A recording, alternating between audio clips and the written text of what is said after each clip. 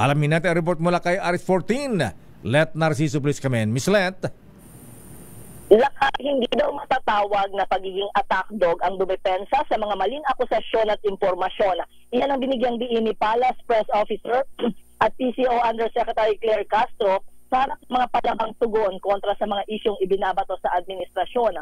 Ayon kay Castro, siya ang sasagot sa mga isyong ibinabato hindi lamang laban kay Pangulong Marcos kundi pagdepensa din sa katotohanan.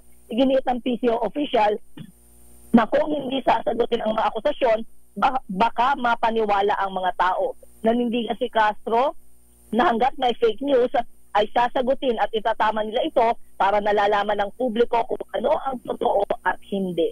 Samantala ngayong araw ay muling sasamahan ni Pangulong Marcos ang mga kandidato sa pagkasenador ng administrasyon.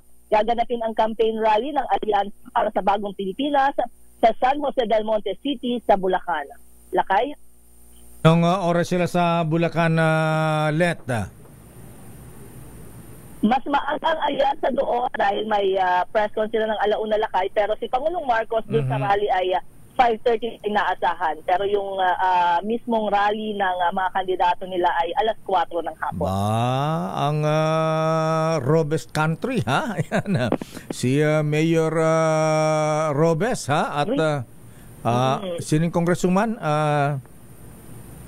Rida, ayan, Rida Robes, ayan. So sila ang host ngayon dyan. At siyempre, ha, yung magandang lalaking gobernador dyan, si Governor Daniel Fernando, ha, ayan, na sinasabi niyang kailaban na kulelat daw sa survey. Okay din to si Willie Alvarado, ano, ha. Anyway, so abangan natin yan. Ano pa ang latest sa Malacanang, Miss Let? Yan, so far lakay ang schedule ni Presidente. Bagamat mayroon din siyang meeting sa Regional Development Council sa Bulacan mamaya. Ayan, okay. Maraming salamat, Miss Let, sa mga taga Bulacan. Antabayanan ninyo ang mga kandidato ng administrasyon, Alyansa ng Bagong Pilipino sa may San Jose del Monte, Bulacan. Maraming salamat, Miss Let. Good morning, balik sa Ilakay. Damdamin Bayan.